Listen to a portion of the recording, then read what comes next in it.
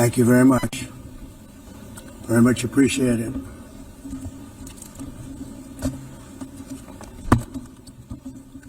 And I don't mind making this speech without a teleprompter, because the teleprompter is not working. I feel very happy to be up here with you nevertheless, and that way you speak more from the heart.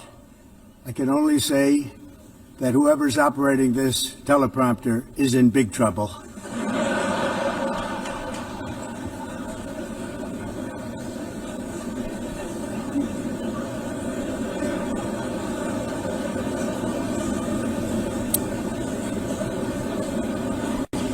Hello, Madam First Lady.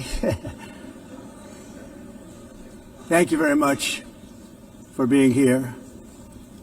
And Madam President, Mr. Secretary General, First Lady of the United States, distinguished delegates, ambassadors, and world leaders. 6 years have passed since I last stood in this grand hall and addressed a world that was prosperous and at peace in my first term. Since that day, the guns of war have shattered the peace I forged on 2 continents. An era of calm and stability gave way to one of the great crises of our time. And here in the United States, 4 years of weakness, lawlessness, and radicalism under the last administration delivered our nation into a repeated set of disasters. 1 year ago, our country was in deep trouble, but today, just 8 months into my administration, we are the hottest country anywhere in the world, and there is no other country even close. America is blessed with the strongest economy, the strongest borders, the strongest military, the strongest friendships, and the strongest spirit of any nation on the face of the earth. This is indeed the golden age of America. We are rapidly reversing the economic calamity we inherited from the previous administration, including ruinous price increases and record-setting inflation like we've never had before. Under my leadership, energy costs are down, gasoline prices are down, grocery prices are down, mortgage rates are down, and inflation has been defeated.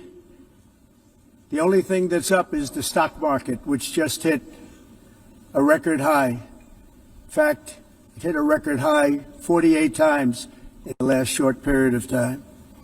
Growth is surging, manufacturing is booming. The stock market, as I said, is doing better than it's ever done. And all of you in this room benefit by that, almost everybody. And importantly, workers' wages are rising at the fastest pace in more than 60 years. And that's what it's all about, isn't it? In 4 years of President Biden, we had less than $1 trillion of new investment into the United States. In just 8 months since I took office, we have secured commitments and money already paid for $17 trillion. Think of it, 4 years, less than $1 trillion, 8 months, much more than $17 trillion is being invested in the United States, and it's now pouring in from all parts of the world. We've implemented the largest tax cuts in American history and the largest regulation cuts in American history, making this once and again the best country on earth to do business. And many of the people in this room are investing in America, and it's turned out to be an awfully good investment during this 8-month period. In my first term, I built the greatest economy in the history of the world. We had the best economy ever, history of the world. And I'm doing the same thing again, but this time it's actually much bigger and even better. The numbers far surpass my record-setting first term. On our southern border, we have successfully repelled a colossal invasion. And for the last 4 months, and that's 4 months in a row, the number of illegal aliens admitted and entering our country has been 0. Hard to believe. because if you look back just a year ago, it was millions and millions of people pouring in from all over the world, from prisons, from mental institutions, drug dealers. All over the world they came. They just poured into our country with the ridiculous open border policy of the Biden administration. Our message is very simple. If you come illegally into the United States, you're going to jail, or you're going back to where you came from, or perhaps even further than that. You know what that means. I want to thank the country of El Salvador for the successful and professional job they've done in receiving and jailing so many criminals that entered our country. And it was under the previous administration that the number became record-setting, and they're all being taken out. We have no choice. And other countries have no choice, because other countries are in the exact same situation with immigration. It's destroying your country, and you have to do something about it. On the world stage, America is respected again like it has never been respected before. You think about 2 years ago, 3 years ago, 4 years ago, or 1 year ago, we were a laughingstock all over the world. At the NATO summit in June, virtually all NATO members formally committed to increase defense spending at my request from 2% to 5% of GDP, making our alliance far stronger and more powerful than it was ever before.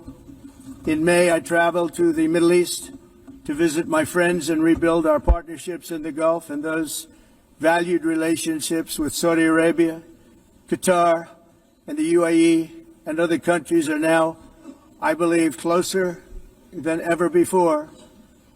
My administration has negotiated one historic trade deal after another, including with the United Kingdom, the European Union, Japan, South Korea, Vietnam, Indonesia, the Philippines, Malaysia, and many, many others.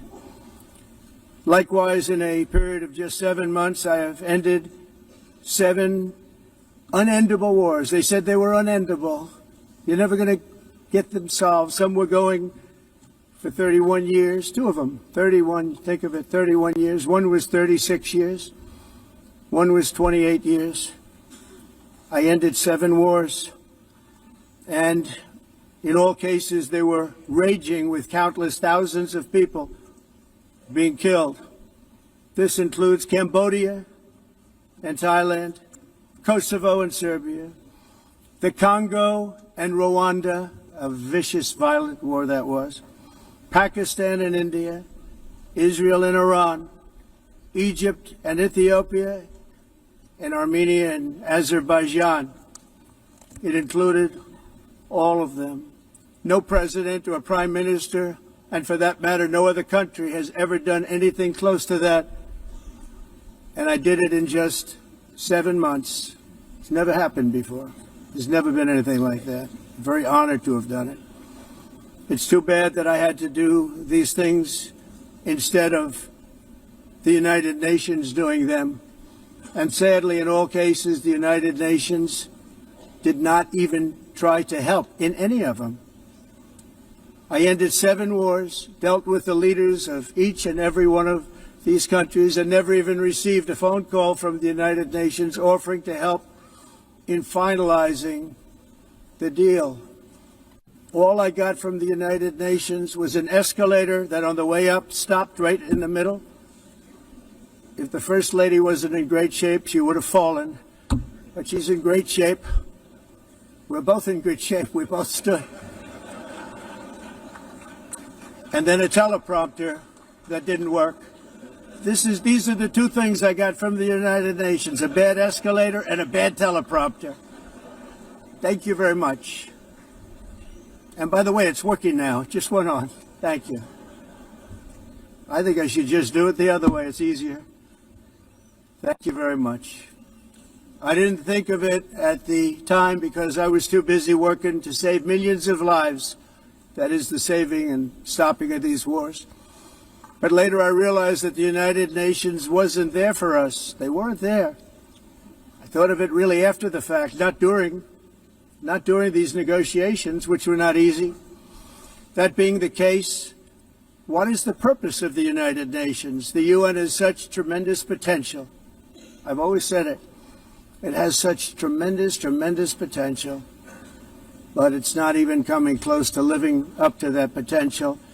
For the most part, at least for now, all they seem to do is write a really strongly worded letter and then never follow that letter up. It's empty words, and empty words don't solve war. The only thing that solves war and wars is action. Now, after ending all of these wars and also earlier negotiating the Abraham Accords, which is a very big thing for which our country received no credit, never receives credit. Everyone says that I should get the Nobel Peace Prize for each one of these achievements. But for me, the real prize will be the sons and daughters who live to grow up with their mothers and fathers, because millions of people are no longer being killed in endless and unglorious wars. What I care about is not winning prizes, it's saving lives. We saved millions and millions of lives with the 7 wars. And we have others that we're working on, and you know that. Many years ago, a very successful real estate developer in New York, known as Donald J. Trump, I bid on the renovation and rebuilding of this very United Nations complex. I remember it so well. I said at the time that I would do it for $500 million, rebuilding everything. It would be beautiful. I used to talk about, I'm going to give you marble floors. They're going to give you terrazzo. I'm going to give you the best of everything. You're going to have mahogany walls. They're going to give you plastic. But they decided to go in another direction, which was much more expensive at the time, and which actually produced a far inferior product. And I realized that they did not know what they were doing when it came to construction, and that their building concepts were so wrong, and the product that they were proposing to build was so bad and so costly. It was going to cost them a fortune. And I said, and wait till you see the overruns. Well, I turned out to be right. They had massive cost overruns and spent between $2 and $4 billion on the building and did not even get the marble floors that I promised them. You walk on terrazzo. Do you notice that?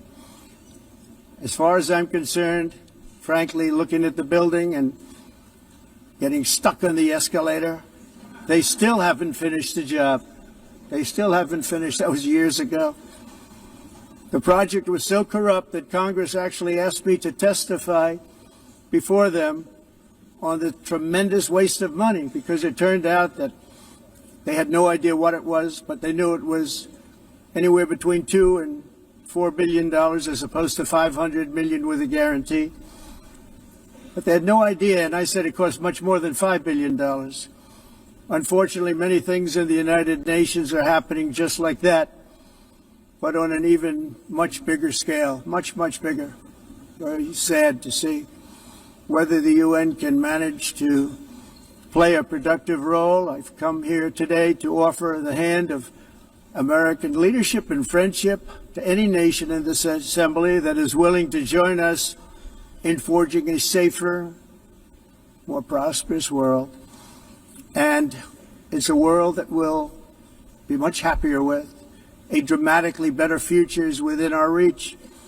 But to get there, we must reject the failed approaches of the past and work together to confront some of the greatest threats in history. There is no more serious danger to our planet today than the most powerful and destructive weapons ever devised by man, of which the United States, as you know, has many. Just as I did in my first term, I've made containing these threats a top priority, starting with the nation of Iran. My position is very simple. The world's #1 sponsor of terror can never be allowed to possess the most dangerous weapon. That's why, shortly after taking office, I sent the so-called Supreme Leader a letter making a generous offer. I extended a pledge of full cooperation in exchange for a suspension of Iran's nuclear program. The regime's answer was to continue their constant threats to their neighbors and U.S. interests throughout the region, and some great countries that are right nearby. Today, many of Iran's former military commanders, in fact, I can say almost all of them, are no longer with us. They're dead.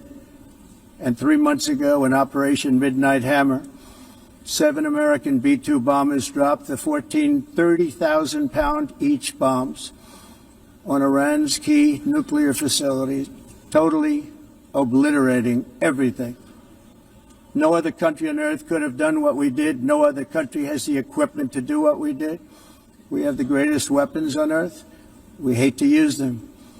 But we did something that for 22 years people wanted to do. With Iran's nuclear enrichment capacity demolished, I immediately brokered an end to the 12-day war, as it's called, between Israel and Iran, with both sides agreeing to fight no longer. As everyone knows, I have also been deeply engaged in seeking a ceasefire in Gaza. Have to get that done. Have to get it done. Unfortunately, Hamas has repeatedly rejected reasonable offers to make peace. We can't forget October 7th, can we? Now, as if to encourage continued conflict, some of this body is seeking to unilaterally recognize a Palestinian state. The rewards would be too great for Hamas terrorists for their atrocities. This would be a reward for these horrible atrocities, including October 7th, even while they refuse to release the hostages or accept a ceasefire. Instead of giving to Hamas and giving so much, because they've taken so much, they have taken so much. This could have been solved so long ago. But instead of giving in to Hamas's ransom demands, those who want peace should be united with one message: release the hostages now. Just release the hostages now. Thank you.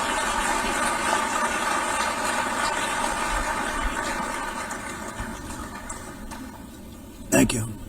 As we have got to come together, and we will come together, got to get it done.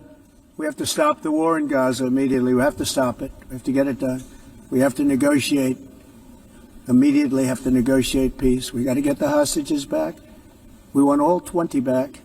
We don't want 2 and 4. As you know, I got, along with Steve Witkoff and others that helped us, Marco Rubio, we got most of them back. We were involved in all of them. But I always said the last 20 are going to be the hardest, and that's exactly what happened.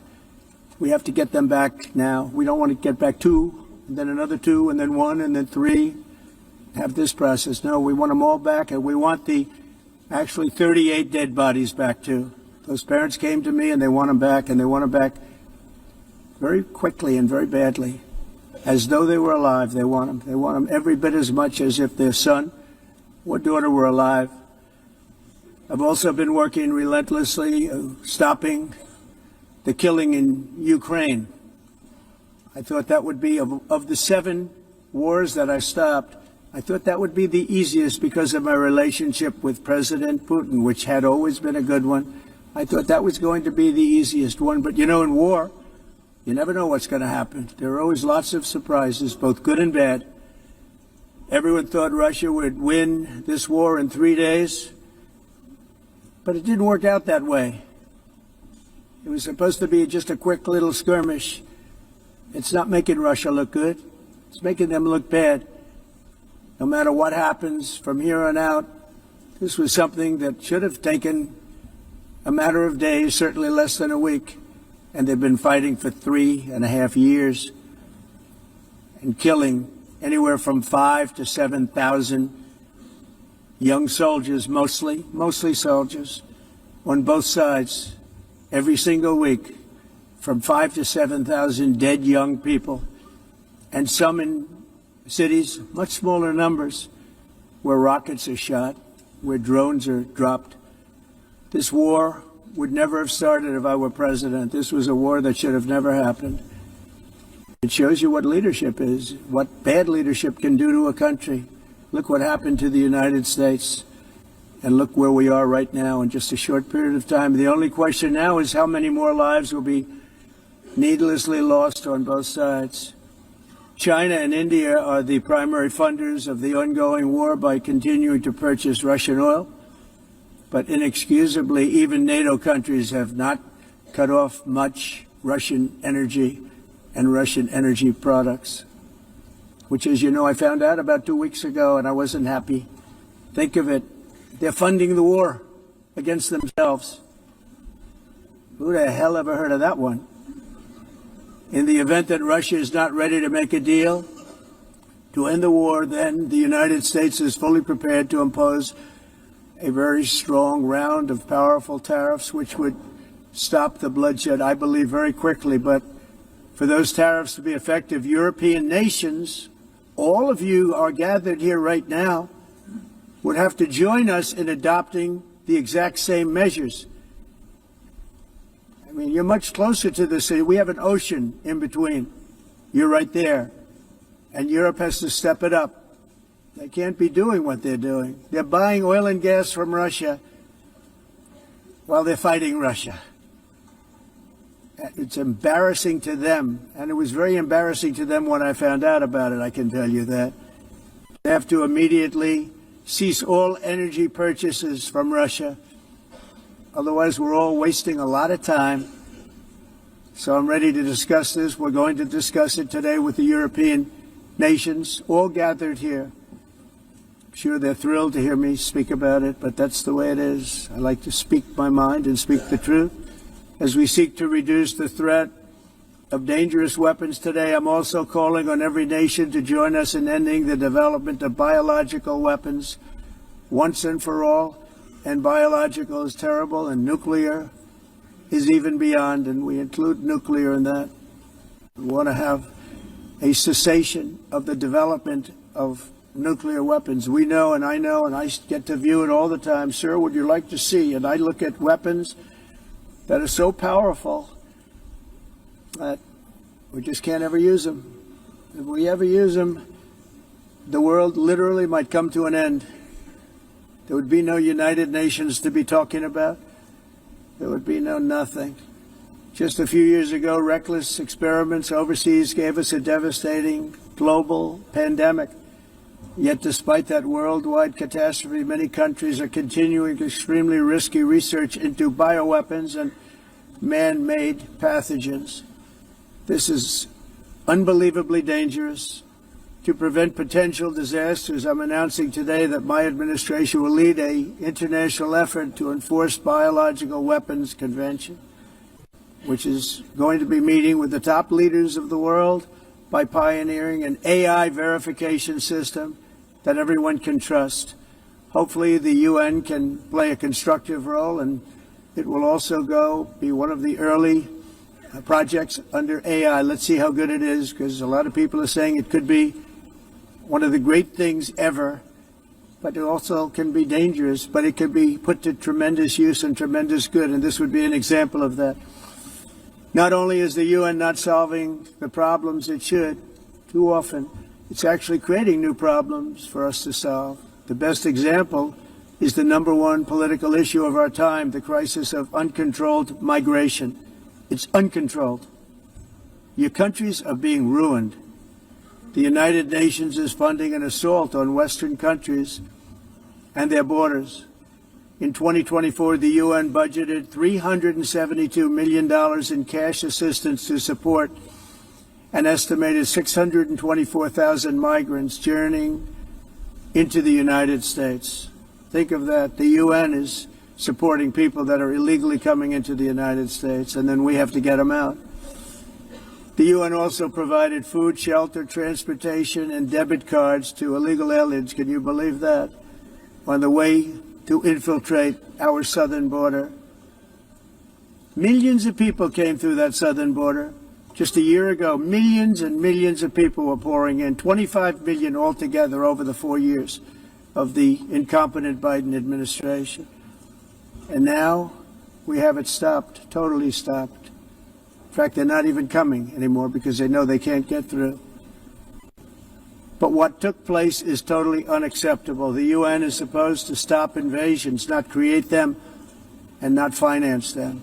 In the United States, we reject the idea that mass numbers of people from foreign lands can be permitted to travel halfway around the world, trample our borders, violate our sovereignty, cause unmitigated crime, and deplete our social safety net. We have reasserted that America belongs to the American people, and I encourage all countries to take their own stand in defense of their citizens as well. You have to do that because I see it. I'm not mentioning names. I see it, and I can call every single one of them out. You're destroying your countries. They're being destroyed. Europe is in serious trouble. They've been invaded by a force of illegal aliens like nobody's ever seen before. Illegal aliens are pouring into Europe. Nobody is ever, and nobody's doing anything to change it, to get them out. It's not sustainable. And because they choose to be politically correct, they're doing just absolutely nothing about it. And I have to say, I look at London, where you have a terrible mayor, terrible, terrible mayor, and it's been so changed, so changed. Now they want to go to Sharia law, but you're in a different country. You can't do that. Both the immigration and their suicidal energy ideas will be the death of Western Europe if something is not done immediately. This cannot be sustained. What makes the world so beautiful is that each country is unique. But to stay this way, every sovereign nation must have the right to control their own borders. You have the right to control your borders, as we do now, and to limit the sheer numbers of migrants entering their countries and paid for by the people of that nation that were there and that built that particular nation at the time. They put their blood, sweat, tears, money into that country, and now they're being ruined. Proud nations must be allowed to protect their communities and prevent their societies from being overwhelmed by people they have never seen before, with different customs, religions, with different everything. Where migrants have violated laws, lodged false asylum claims, or claimed refugee status for illegitimate reasons, they should, in many cases, be immediately sent home. And while we will always have a big heart for places and people that are struggling and truly compassionate, answers will be given. We have to solve the problem, and we have to solve it in their countries, not create new problems in our countries. And we are very helpful to a lot of countries that are just not able to send their people anymore. They used to send them to us in caravans of 25,000, 30,000 people each. These massive caravans of people pouring into our country, totally unchecked and unvetted. But not anymore. According to the Council of Europe, in 2024, almost 50% of inmates in German prisons were foreign nationals or migrants. In Austria, the number was 53% of the people in prisons were from places that weren't from where they are now. In Greece, the number was 54%, and in Switzerland, beautiful Switzerland, 72% of the people in prisons are from outside of Switzerland. When your prisons are filled with so-called asylum seekers who repaid kindness, and that's what they did, they repaid kindness with crime, it's time to end the failed experiment of open borders. You have to end it now. See, I can tell you, I'm really good at this stuff. Your countries are going to hell. In America, we've taken bold action to swiftly shut down uncontrolled migration. Once we started detaining and deporting everyone who crossed the border and removing illegal aliens from the United States, they simply stopped coming. They're not coming anymore. We're getting a lot of credit, but they're not coming anymore. This was a humanitarian act for all involved, because on the trips up, thousands of people a week were dying. Women were being raped. Nobody's ever seen anything like it. Raped, horribly beaten, raped. On the trip up, the journey up, it was a long walk. It was a long, arduous journey, indeed. And it was also a historic victory against human trafficking throughout the region. What we did was a victory, and we saved so many lives of people that wouldn't make the journey. That journey was loaded up with death. loaded up with death. Dead bodies all along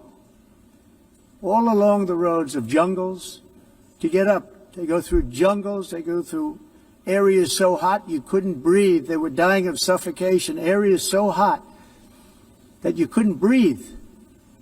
Dead bodies all over.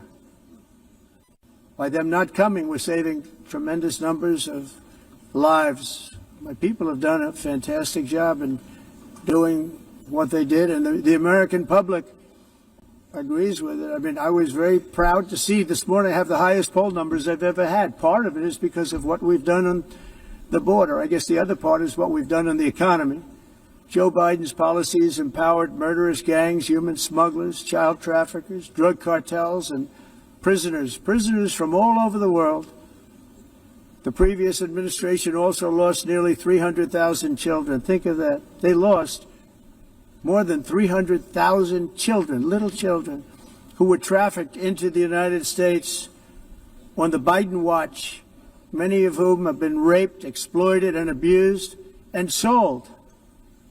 Sold. Nobody talks about that. The fake news doesn't write about it. With many others, young children who are missing or dead. And we found a lot of these children, and we're sending them back, and we've been sending them back to their parents. They said, nobody knows who they are. They said, where do you come from? And they'll give us a country, and we'll find out, and we'll figure it out, and we'll bring them back to their homes. And the mother and father rush to the door, and their tears in their eyes. They can't believe that they're seeing their son or daughter, their little son or daughter again. We've done almost 30,000 of them so far. Any system that results in the mass trafficking of children is inherently evil. Yet that is exactly what the globalist migration agenda has done, and it's what it's all about. In America, those days, as you know, are over. The Trump administration is working, and we are continuing to work to track down the villains that are causing this problem, and also, as I said, to get back the 30,000 we've already returned. Now I think we're going to have another. We're going to find a lot. You're not going to find all of them. 300, more than 300,000. They're lost or they're dead. They're lost or they're dead because of the animals that did this. To protect our citizens, I've also designated multiple savage drug cartels as far as and you see this, and you see it happening right before your eyes. Let's put it this way, people don't like taking big loads of drugs in boats anymore. There aren't too many boats that are traveling on the seas by Venezuela. They tend not to want to travel very quickly anymore. And we've virtually stopped drugs coming into our country by sea. We call them the water drugs. They kill hundreds of thousands of people. I've also designated multiple savage drug cartels as far as foreign terrorist organizations, along with two bloodthirsty transnational gangs, probably the worst gangs anywhere in the world, MS-13 and Tren de Aragua. Tren de Aragua is from Venezuela, by the way. Such organizations torture, maim, mutilate, and murder with impunity. They're the enemies of all humanity. For this reason, we've recently begun using the supreme power of the United States military to destroy Venezuelan terrorists and trafficking networks led by Nicolas Maduro. To every terrorist thug smuggling poisonous drugs into the United States of America, please be warned that we will blow you out of existence. That's what we're doing. We have no choice. Can't let it happen. They're destroying. I believe we lost 300,000 people last year to drugs, 300,000. Fentanyl and other drugs. Each boat that we sink carries drugs that would kill more than 25,000 Americans. We will not let that happen. Energy is another area where the United States is now thriving like never before. We're getting rid of the falsely named renewables. By the way, they're a joke. They don't work. They're too expensive. They're not strong enough to fire up the plants that you need to make your country great. The wind doesn't blow. Those big windmills are so pathetic and so bad, so expensive to operate. And they have to be rebuilt all the time. And they start to rust and rot. most expensive energy ever conceived, and it's actually energy. You're supposed to make money with energy, not lose money. You lose money, the governments have to subsidize. You can't put them out without massive subsidies. And most of them are built in China, and I give China a lot of credit. They build them, but they have very few wind farms. So why is it that they build them and they send them all over the world, but they barely use them? You know what they use? Coal. They use gas. They use almost anything, but they don't like wind. But they sure as hell like selling the windmills. Europe, on the other hand, is a long way to go, with many countries being on the brink of destruction because of the green energy agenda. And I give a lot of credit to Germany. Germany was being led down a very sick path, both on immigration, by the way, and on energy. They were going green, and they were going bankrupt. And the new leadership came in, and they went back to where they were, with fossil fuel and with nuclear, which is good. It's now safe. You can do it properly. But they went back to where they were, and they opened up a lot of different plants, energy producing plants, and they're doing well. I give Germany a lot of credit for that. They've said this is a disaster, what's happening. They were going all green. All green is all bankrupt. That's what it represents. And it's not politically correct. I'll be very badly criticized for saying it, but I'm here to tell the truth. I don't care. It doesn't matter to me. I'm in New York City. I'm feeling a lot safer. Crime, we're getting crime down. And by the way, speaking of crime, Washington, D.C. Washington, D.C. was the crime capital of America. Now it's after 12 days, it's a totally safe city. Everyone's going out to dinner. They're going out to restaurants. Your wife can walk down the middle of the street with or without you. Nothing's going to happen. My people have done a fantastic job. And yes, I called in the National Guard, and the National Guard took care of business. And they weren't politically correct, but they took care of business. We got 1,700 career criminals out, brought them back to where they came from, the countries where they came from, or put them in jails. Washington, D.C. is now a totally safe city again, and I welcome you to come. In fact, we'll have dinner together at a local restaurant, and we'll be able to walk. We don't have to go by an armor-plated vehicle. We'll walk right over there from the White House. They've given up their powerful edge, a lot of the countries that we're talking about, in oil and gas, such as essentially closing the great North Sea oil. Oh, the North Sea, I know it so well. Aberdeen was the oil capital of Europe, and there's tremendous oil that hasn't been found in the North Sea. Tremendous oil. And I was with the Prime Minister I respect and like a lot, and I said, you're sitting with the greatest asset. They essentially closed it by making it so highly taxed that no developer, no oil company can go there. They have tremendous oil left, and more importantly, they have tremendous oil that hasn't even been found yet. And what a tremendous asset for the United Kingdom. And I hope the Prime Minister is listening, because I told it to him 3 days in a row. That's all he heard. North Sea oil, North Sea, because I want to see them do well. I want to stop seeing them ruining that beautiful Scottish and English countryside with windmills and massive solar panels that go 7 miles by 7 miles, taking away farmland. But we're not letting this happen in America. In 1982, the executive director of the United Nations Environmental Program predicted that by the year 2000, climate change would cause a global catastrophe. He said that it will be irreversible, as any nuclear holocaust would be. This is what they said at the United Nations. What happened? Here we are. Another UN official stated in 1989 that within a decade, entire nations could be wiped off the map by global warming. Not happening. You know, it used to be global cooling. If you look back years ago in the 1920s and the 1930s, they said global cooling will kill the world. We have to do something. Then they said global warming will kill the world, but then it started getting cooler, so now they could just call it climate change, because that way they can't miss. It's climate change, because if it goes higher or lower, whatever the hell happens, there's climate change. It's the greatest con job ever perpetrated on the world, in my opinion. Climate change, no matter what happens, you're involved in that. No more global warming, no more global cooling. All of these predictions made by the United Nations and many others, often for bad reasons, were wrong. They were made by stupid people that have cost their countries fortunes and given those same countries no chance for success. If you don't get away from this green scam, your country is going to fail. And I'm really good at predicting things, you know. They actually said during the campaign they had a hat, the best-selling hat. Trump was right about everything. And I don't say that in a braggadocious way, but it's true. I've been right about everything. And I'm telling you that if you don't get away from the green energy scam, your country is going to fail.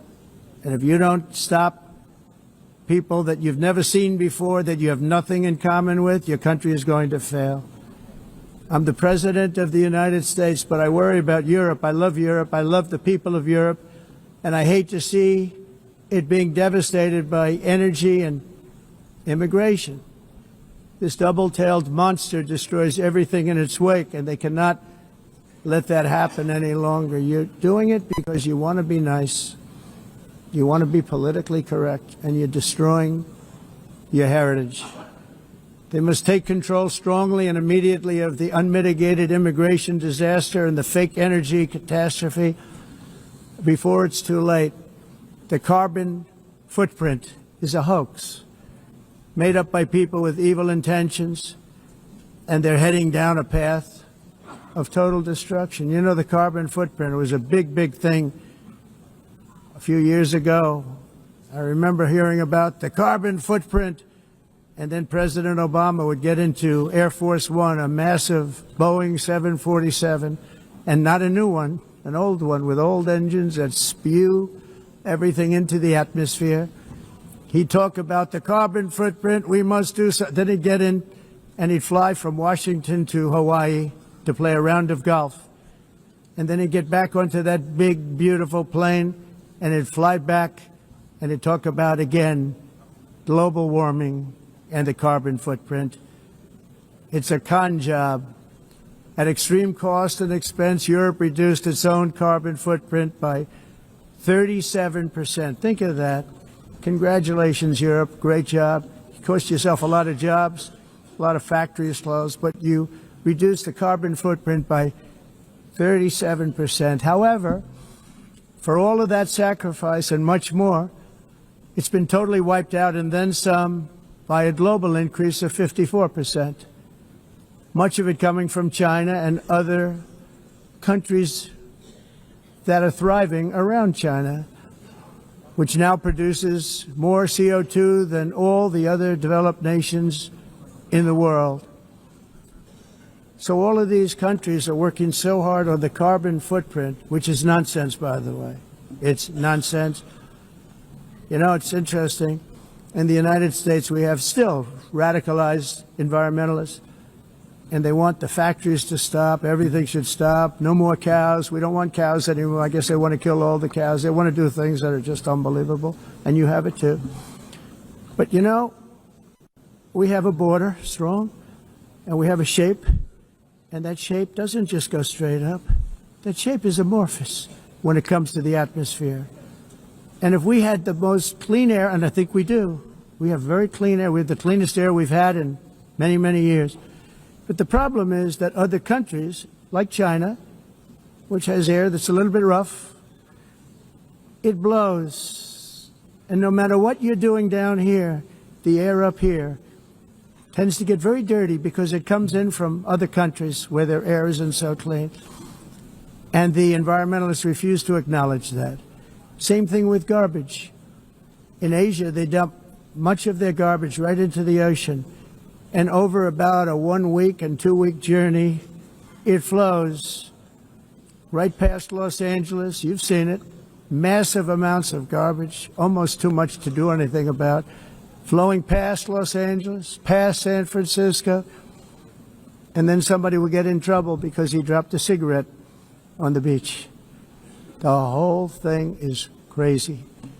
The primary effect of these brutal green energy policies has not been to help the environment, but to redistribute manufacturing and industrial activity from developed countries that follow the insane rules that are put down to polluting countries that break the rules and are making a fortune. They're making a fortune.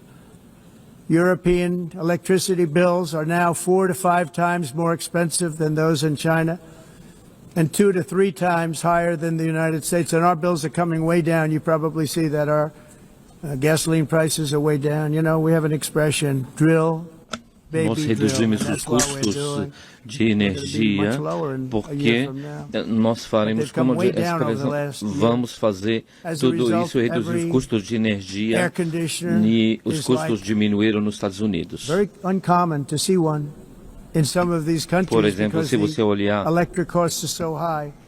So while the U.S. has approximately 1,300 heat-related deaths annually, it's a lot. Europe loses more than 175,000 people to heat deaths each year. Usar eles e evitar aumento da temperatura, porque é muito caro também usar nada e ninguém pretending to stop the global warming hoax. The entire globalist concept of asking successful industrialized nations to inflict pain on themselves and radically disrupt their entire societies must be rejected completely and totally, and it must be immediate. That's why in America I withdrew from the fake Paris Climate Accord, where, by the way, America was paying so much more than every country. Others weren't paying. China didn't have to pay until 2030. Russia was given an old standard that was easy to meet, a 1990 standard. But for the United States, we're supposed to pay like $1 trillion. And I said, this is another scam. The fact is, the United States has been taken advantage of by the world for many, many years, but not any longer, as you probably noticed. I unleashed massive energy production and signed historic executive orders to hunt for oil, but we don't have to do much hunting because we have the most oil of any nation anywhere, oil and gas in the world. And if you add coal, we have the most of any nation in the world. Clean, I call it clean, beautiful coal. You can do things today with coal that you couldn't have done 10 years ago, 15 years. So I have a little standing order in the White House. Never use the word coal, only use the words clean, beautiful coal. Sounds much better, doesn't it? But we stand ready to provide any country with abundant, affordable energy supplies if you need them, when most of you do. We're proudly exporting energy all over the world. We're now the largest exporter. In the United States, we want trade and robust commerce with all nations, everybody. We want to help nations. We're going to help nations. But it must also be fair and reciprocal. The challenge with trade is much the same with climate. The countries that followed the rules, all their factories have been plundered. It's really sad to watch. They've been broken. They've been broken by countries that broke the rules. That's why the United States is now applying tariffs to other countries, and much as these tariffs were for many years applied to us, uncontrollably applied to us. We've used tariffs as a defense mechanism under the Trump administration, including my first term, where hundreds of billions of dollars in tariffs were taken in. And by the way, we had the lowest inflation, and now we have very low inflation. The only thing different is that we have hundreds of billions of dollars flowing into our country. But this is how we will ensure that the system works for everyone and is sustainable into the future. We're also using tariffs to defend our sovereignty and security throughout the world, including against nations that have taken advantage of former U.S. administrations for decades, including the most corrupt, incompetent administration in history, the sleepy Joe Biden administration. Brazil now faces major tariffs in response to its unprecedented efforts to interfere in the rights and freedoms of our American citizens and others, with censorship, repression, weaponization, judicial corruption, and targeting of political critics in the United States. I have a little problem saying this because I must tell you, I was walking in and the leader of Brazil was walking out. We saw him and I saw him, he saw me, and we embraced. And then I'm saying, can you believe I'm going to be saying this in just 2 minutes? We actually agreed that we would meet next week. We didn't have much time to talk, like about 20 seconds. They were in retrospect, I'm glad I waited because this thing didn't work out too well. But we did talk. We had a good talk, and we agreed to meet next week, if that's of interest. But he seemed like a very nice man, actually. He liked me, I liked him. But if you, and I only do business with people I like. When I don't like them, I don't like them. But we had, at least for about 39 seconds, we had excellent chemistry. It's a good sign. But also in the past, Brazil, can you believe this, unfairly tariffed our nation, but now because of our tariffs, we are hitting them back, and we're hitting them back very hard. As president, I will always defend our national sovereignty and the rights of American citizens. So I'm very sorry to say this, that Brazil is doing poorly and will continue to do poorly. They can only do well when they're working with us. Without us, they will fail, just as others have failed. It's true. Next year, the United States will celebrate the 250th anniversary of our glorious independence, a testament to enduring power and American freedom and spirit. We will also be proudly hosting the 2026 FIFA World Cup, and shortly thereafter, the 2028 Olympics, which is going to be very exciting. I hope you all come. I hope that countless people from all over the globe will take part of these will be great celebrations of liberty and human achievement, and that together we all can rejoice in the miracles of history that began in July 4th, 1776, when we founded the light to all nations. And it's something really that an amazing thing came out of that date. It's called the United States of America. In honor of this momentous anniversary, I hope that all countries who find inspiration in our example will join us in renewing our commitment, values, and those values really that we hold so dear together. Let us defend free speech and free expression. Let us protect religious liberty, including for the most persecuted religion on the planet today. It's called Christianity. And let us safeguard our sovereignty and cherish qualities that have made each of our nations so special, incredible, and extraordinary. In closing, I just want to repeat that immigration and the high cost of so-called green renewable energy is destroying a large part of the free world and a large part of our planet.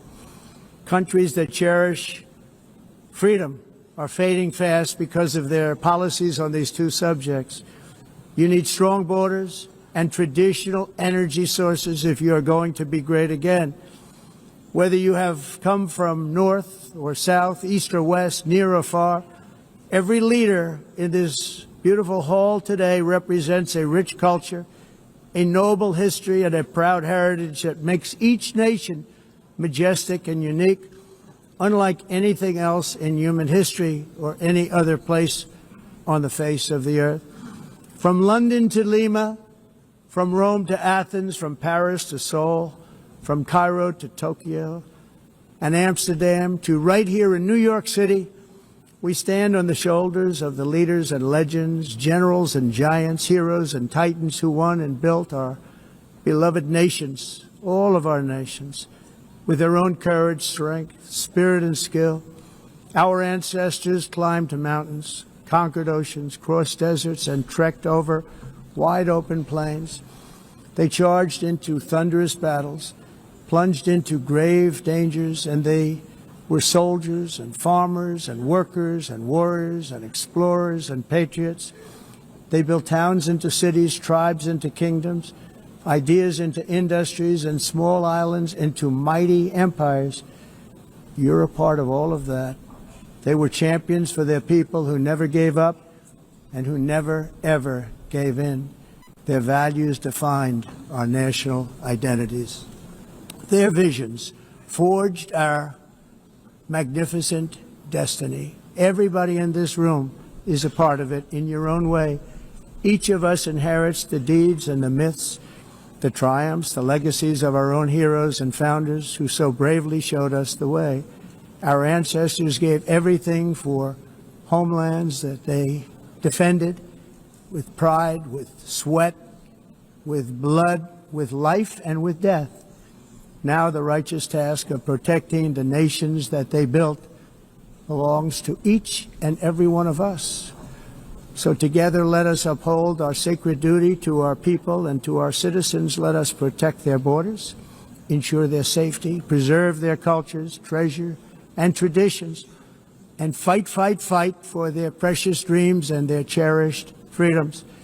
And in friendship and really a beautiful vision, let us all work together to build a bright, beautiful planet, a planet that we all share, a planet of peace and a world that is richer, better, and more beautiful than ever before. That can happen. It will happen. It will happen, and I hope it can happen and start right now, right at this moment. We'll turn it around. We're going to make our countries better, safer, more beautiful. We're going to take care of our people. Thank you very much. It's been an honor. God bless the nations of the world. Thank you very much. Bye.